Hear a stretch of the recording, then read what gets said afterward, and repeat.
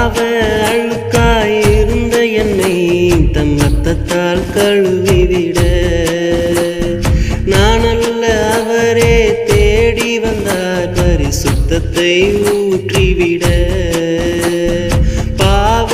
அழுக்காயிருந்த என்னை தம் ரத்தத்தால் கழுவிவிட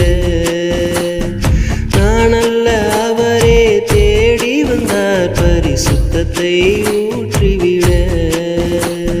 கிருபையினாலே ரட்சிக்கப்பட்டேன் இது தேவனின் தயவல்லவா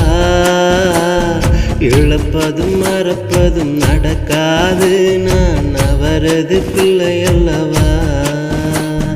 சொந்த குமாரன் என்று பாராமல் நமக்காய் தந்தவரே